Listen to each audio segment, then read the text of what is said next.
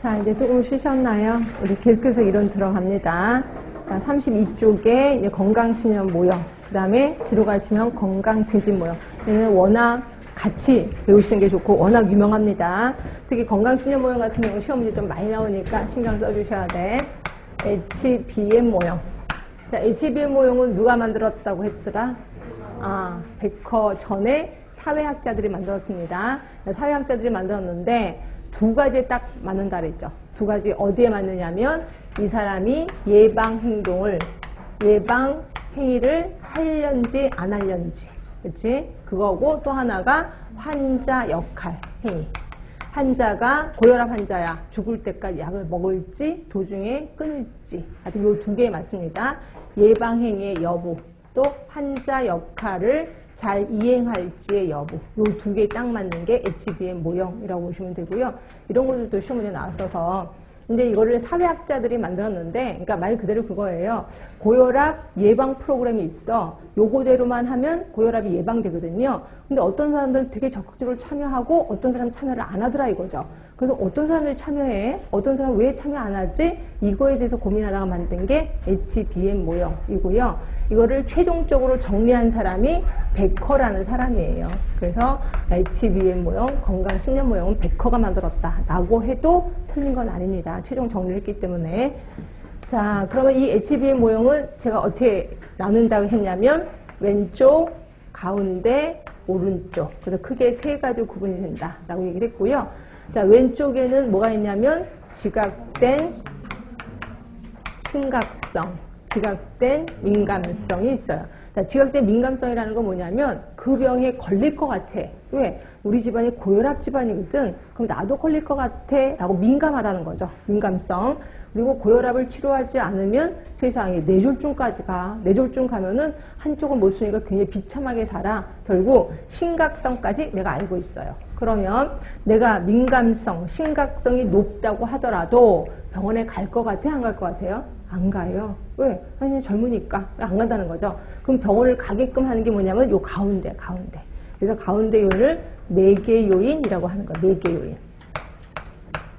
그럼 가운데가 되게 중요하겠구나. 예, 가운데가 되게 중요해요. 그래서 시험 문제 엄청 많이 나오는 게 가운데. 뭐가 있을까요?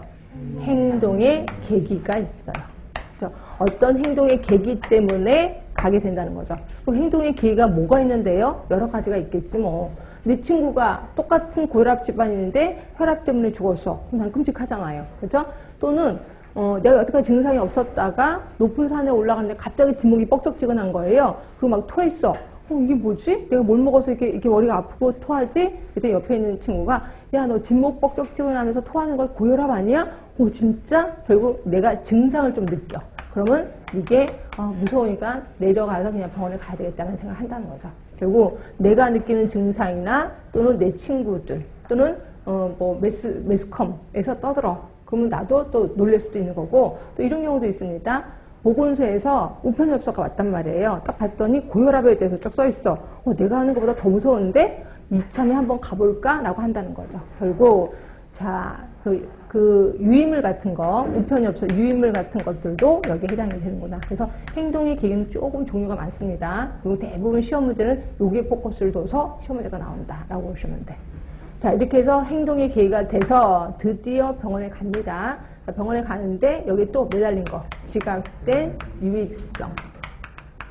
그래도 하나가 지각된 장애성.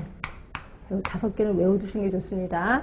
자, 지각된 유익성은 뭐냐면 내가 유익성을 느끼는 거예요. 자, 예를 들어 이런 거지.